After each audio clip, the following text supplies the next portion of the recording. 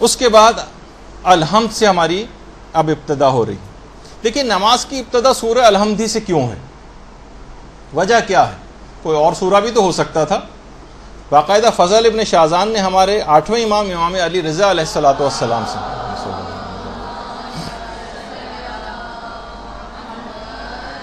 سے روایت بیان کی ہے کہ امام نے فرمایا کہ قرآن میں کوئی سورہ اور کلام ایسا نہیں ہے جس میں سورہ حمد کے برابر خیر و برکت پائی جاتی ہے. باقاعدہ من لا یحضرہ الفقیہ کی روایت. اتنا اہم سورہ کہ پورے قرآن میں کوئی کلام ایسا نہیں ہے پروردگار کا جو اس سے زیادہ خیر و برکت کا حامل ہو. اس وجہ سے سورہ الحمد سے نماز کا آغاز کیا گیا ہے. اور یہ وہ سورہ ہے جو پروردگار نے اپنی اہمیت کے پیش نظر 2 مرتبہ نازل کیا. ہمارے چھٹے امام سے جب اس آیت کی تفسیر پوچھی گئی، اللہم صلی علی محمد وعلی محمد، کہ وَلَقَدْ آتَيْنَاكَ سَبْعًا مِّنَ الْمَثَانِي وَالْقُرْآنِ الْعَظِيمِ، یعنی قرآن کے ساتھ وہ سورہ پروردگار نے نازل کیا جو 7 آیتوں والا ہے، 7 آیتوں والا سورہ،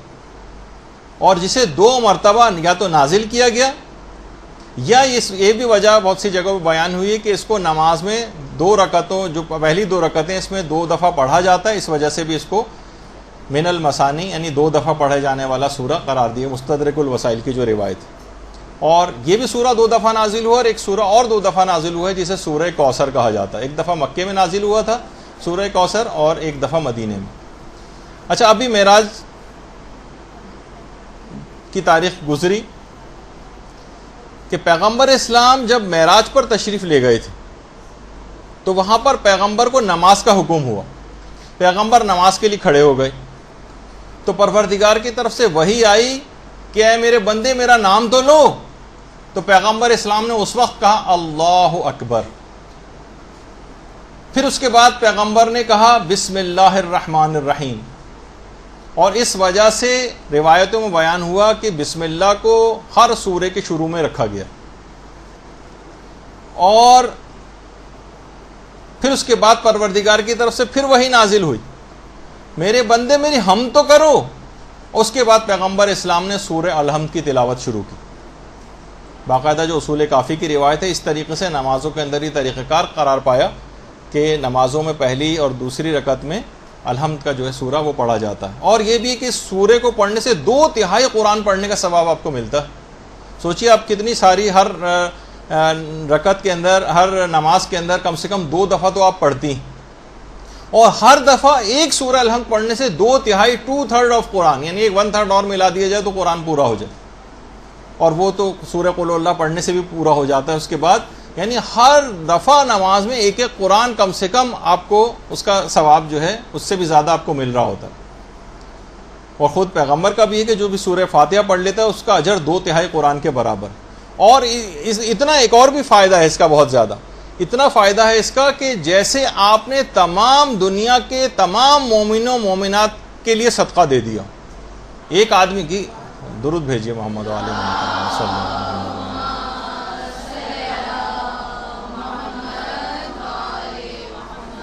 باقاعدہ تفسیر مجموع البیان کے اندر جو پہلی جلد ہے اس کے اندر سورہ الحمد کے ذیل میں یہ بات بیان ہوئی ہے، یہ والی روایت، کہ تمام دنیا کے مومنین و مومنات کی طرف سے گویا آپ نے صدقہ دے دیا 2/3 قرآن پڑھنے کے ثواب کے علاوہ. اور اتنا ہی عظیم سورہ ہے، اتنا عظیم سورہ ہے. دیکھیے اس عظیم سورہ کی میں واقعتاً معرفت نہیں، روایات میں آیا ہے کہ اگر الحمد کو ایک پلڑے میں رکھ دیا جائے اور قرآن کے تمام دیگر سوروں کو دوسرے پلڑے میں رکھ دیا جائے تو الحمد والا پلڑا 7 گنا زیادہ بھاری ہو جائے گا. اللہم صلی اللہ علیہ وسلم.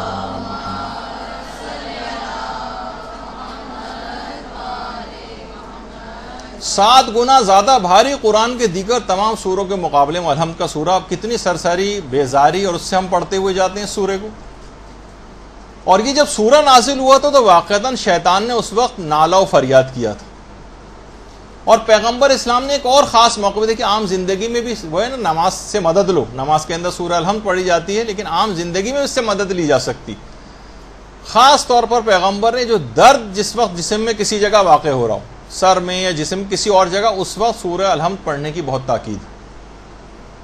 قرآن کے ذریعے بھی باقاعدہ بہت سارے علماء نے پوری کتابیں لکھی ہیں قرآن سے علاج کے سلسلے میں، تو اس کے اندر سے ایک بات یہ بھی ہے۔ اچھا، اسی طرح سے یعنی تو درد کی جگہوں پر، اس کے علاوہ علماء نے ایک بات اور کہی، سورہ کے اندر ایک خصوصیت یہ بھی ہے کہ پروردگار عالم نے آپ کو ایک اعزاز بخشا ہے کہ براہ راست اس سورہ کی تلاوت میں آپ کی پروردگار عالم سے براہ راست بات چیت ہوتی ہے، نہ درمیان میں نہ کوئی واسطہ فرشتہ ہے نہ کوئی ملک ہے، کوئی بھی درمیان میں ہے ہی نہیں، آپ ہیں اور پروردگار عالم۔ کتنا بڑا اعزاز ہے کہ سورہ الحمد جس وقت ہم پڑھتے ہیں براہ راست پروردگار عالم سے ہماری بات چیت ہو رہی ہوتی۔ پیغمبر اسلام کی اپنی حیات ظاہریہ میں بھی اس سورے کو فاتحۃ الکتاب کے نام سے یاد کیا جاتا تھا، قرآن کا آغاز کرنے والی سورہ۔ یہاں سے علماء فرماتے ہیں کہ اس نام سے بھی ایک مسئلہ حل ہوتا ہے کہ جو یہ لوگ کہتے ہیں کہ قرآن پیغمبر اسلام کے دور میں جمع نہیں ہوا تھا بلکہ بعد کے زمانے کے جو حکمران آتے رہے ان لوگوں نے قرآن کو جمع کیا ہے، علماء اس نام کو بھی ایک دلیل کے طور پر دیگر دلائل کے ساتھ اس کو بھی دلیل بناتے ہیں کہ رسول کے دور میں قرآن پورا جمع ہو چکا تھا، اور اس کے شروع میں سورہ الحمد تھی، جب بھی تو رسول کے زمانے میں سے فاتحۃ الکتاب کہا جاتا تھا، قرآن کا آغاز کرنے والی سورہ، جب کوئی چیز ہی نہیں تھی، قرآن جمع ہی نہیں تھا، لوگوں کے صحابہ کے دل وغیرہ میں تھا، تو قرآن کا آغاز کرنے والا سورہ اس کو کیسے کہا جا سکتا ہے؟ قرآن تو کوئی فزیکل صورت میں مکمل طور پر موجود ہی نہیں تھا ان لوگوں کے نظریے کے مطابق۔ تو علماء کہتے ہیں اس کے معنی بھی ہیں کہ قرآن پیغمبر اسلام کی اپنی زندگی میں جمع ہو چکا تھا۔ جہاں تک وہ روایات ہیں کہ جن میں امیر المومنین کے قرآن کو جمع کرنے کا تذکرہ، اللہم صلی علی محمد و علی محمد، وہ اصلاً قرآن کی تمام آیات کو ان کے شان نزول و تفاسیر کے ساتھ جمع کرنے کے متعلق، نہ کہ خود قرآن کے متعلق۔ اور ایک اور حدیث بھی ہے جس کو لوگ اس طور پر کبھی نہیں لیتے، اس سے بھی ایک بہت بڑا مسئلہ حل ہوتا ہے، حالانکہ وہ حدیث کتنی مشہور، انی تارکن فیکم الثقلین کتاب اللہ و اطرتی اہل بیتی، میں تمہارے درمیان دو گراں قدر چیزیں چھوڑ کر جا رہا ہوں، کتاب خدا اور میری اطرت و اہل بیت۔ اس کا مطلب یہ ہے، علماء فرماتے ہیں کہ کتاب خدا کمپائلڈ فارم میں پیغمبر اسلام کے زمانے میں موجود تھی، اگر یہ منتشر ہوتی، فقط صحابہ کے سینوں میں ہوتی، یا متفرق طور پر کسی جگہ درخت کی چھال پہ کہیں کوئی چیز لکھی ہوئی ہے، کسی جگہ کوئی چیز لکھی ہوئی ہے،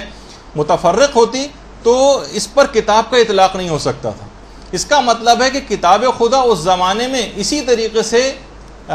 موجود تھی کہ جس طرح آج کل ہمارے درمیان ہمارے ہاتھوں میں قرآن ہوتا ہے۔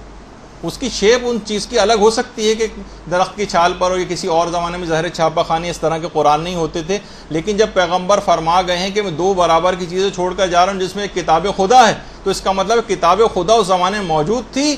اور یہ جو کہا جاتا ہے کہ بعد کے حکمرانوں نے اس کو جمع کیا، یہ بات صحیح نہیں۔ یہ 7 آیات پر مشتمل مکی سورہ ہے، اور سورہ الحمد کا معرفت دلانے کے لیے کہ اس کے 20 نام ہیں۔ اس کو سورہ حمد بھی کہتے ہیں، اس کا نام سورہ شکر بھی ہے، اس کا نام سورہ فاتحہ بھی ہے، اس کو سبع مثانی بھی کہا جاتا ہے، ام الکتاب بھی کہا جاتا ہے، ام القرآن بھی کہا جاتا ہے، کنز بھی کہا جاتا ہے، یعنی بہت بڑا خزانہ۔ اور خاص طور پر ایک چیز اور بھی ہے کہ اس کا جو فائدہ ہے، عام طور پر گھروں میں کبھی ایسی صورتحال یا ایمرجنسیز پیش آ جائیں، اور وہ کہ اگر کوئی شخص بے ہوش ہو جائے تو اس وقت بھی سورہ الحمد کے ذریعے آپ اسے ہوش میں لا سکتے ہیں۔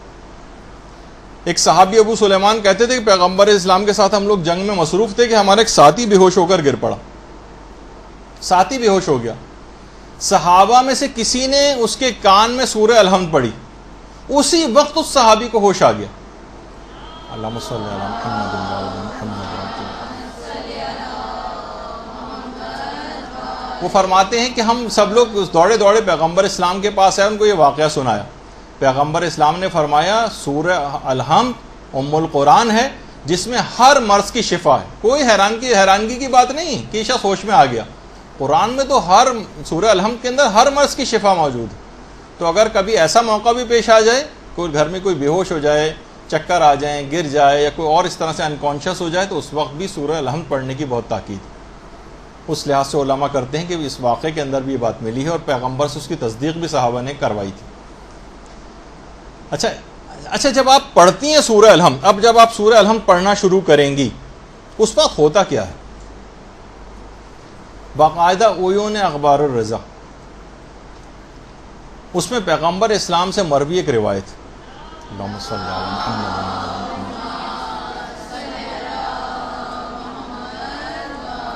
روایت پیغمبر فرماتے ہیں جب بندہ یہ کہتا ہے بسم اللہ الرحمن الرحیم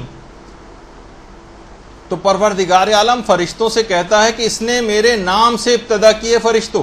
مجھ پر لازم ہے کہ اس کے تمام کاموں کو اب میں انجام تک پہنچاؤں گا اور ہر حال میں اس کو برکت عطا کروں گا۔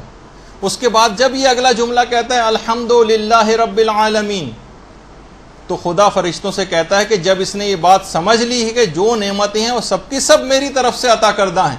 تو اب میں اس شخص کے تمام مصائب کو اس سے دور کروں گا، اور اے فرشتوں گواہ رہنا اب میں دنیا میں بھی اسے نعمتیں دوں گا اور آخرت کے گھر میں بھی اس کو نعمتیں عطا کروں گا۔ اللہم صلی علی محمد و علی محمد۔ اور میں جس طرح سے اس جہان میں اس کو مصائب سے نجات عطا کروں گا اسی طرح سے آخرت کے گھر میں بھی اس کو تمام مصائب سے نجات عطا کروں گا۔ اس کے بعد جب بندہ اس کے بعد اگلا کلمہ کہتا ہے الرحمن الرحیم تو پروردگار کہتا ہے کہ جب یہ گواہی دے رہا ہے کہ میں رحمان اور رحیم ہوں تو اے فرشتوں گواہ رہنا کہ میں اس کے حصے میں اپنی رحمت اور عطیات کو زیادہ سے زیادہ کر دوں گا۔ اور جس وقت یہ کہتا ہے مالک یوم الدین، ایک پروردگار فرشتوں سے کہتا ہے فرشتوں گواہ رہنا کہ اس نے روز قیامت میری مالکیت کا اعتراف کر لیا ہے، اب میں اس کے حساب و کتاب والے دن اس کے حساب و کتاب میں آسانی پیدا کروں گا اور اس کی تمام نیکیوں کو قبول کر لوں گا اور اس کے تمام گناہوں کو معاف کر دوں گا۔ اس کے بعد جب بندہ کہتا ہے ایاک نعبد، پروردگار کہتا ہے اس نے بالکل سچ کہا، یہ میری ہی عبادت کرتا ہے، فرشتوں اب گواہ رہنا کہ اس کی عبادت پر میں اس کو ایسا ثواب عطا کروں گا کہ جو اس کے مخالف لوگ ہیں وہ اس پر رشک کریں گے۔ دیکھیے بہت اہم بات ہے، اس کے جتنے مخالفین ہیں وہ اس پر رشک کریں گے، میں اتنا ثواب اس کو دوں گا۔ اور جس وقت وہ کہتا ہے ایاک نستعین تو پروردگار کہتا ہے کہ اس نے مجھ سے مدد چاہیے اور میری پناہ طلبی اس نے طلب کی ہے، اے فرشتوں گواہ رہنا کہ اب میں اس کے تمام کاموں میں اس کی مدد کروں گا اور تمام سختیوں اور تنگیوں میں اس کی مدد کو پہنچوں گا۔ اور اس کے بعد جب یہ کہتا ہے اہدنا الصراط المستقیم اور یہاں سے لے کر علیہم ولا الضالین تک جب یہ کہتا ہے تو پروردگار فرشتوں سے مخاطب کر کے کہتا ہے کہ میرے بندے کی یہ خواہش بھی پوری ہو گئی، اب یہ کچھ بھی مجھ سے مانگے گا میں اس کی تمام دعاؤں کو قبول کروں گا، اور جس چیز کی اس نے امید مجھ سے لگائے بیٹھا ہے میں ان تمام چیزوں کو اس کو عطا کروں گا، اور تمام ان چیزوں سے جن سے یہ خائف ہے اس سے اب اس کو مامون قرار دے دوں گا۔ تو آپ نے دیکھا باقاعدہ تفسیر المیزان کی پہلی جلد میں عیون اخبار الرضا وغیرہ کے اندر سب کے اندر یہ روایت موجود ہے کہ جس وقت آپ سورہ الحمد پڑھتی ہیں تو پروردگار فرشتوں سے اس وقت ہم کلام ہو کہ یہ باتیں آپ کے لیے کہہ رہا ہوتا ہے، تو اتنا سرسری طریقے سے سورہ الحمد کو پڑھا جائے، کتنی اہم بات ہے کہ اتنی چیزیں پروردگار عالم آپ سے وعدے کر رہا ہے کہ میں یہ کام کروں گا، یہ کروں گا، تمہاری ہر مدد کو پہنچوں گا، ہر طرح کی امداد کروں گا، تمام اعمال کو قبول کر لوں گا، ہر قسم کے خوف اور مصیبت سے نجات دوں گا اور آخرت تک میں نجات دے دوں گا، تمام وعدے پروردگار اس الحمد کے نتیجے میں آپ سے پروردگار کر رہا ہے۔ برحمتک یا ارحم الراحمین وصلی اللہ علی محمد وآلہ الطاہرین۔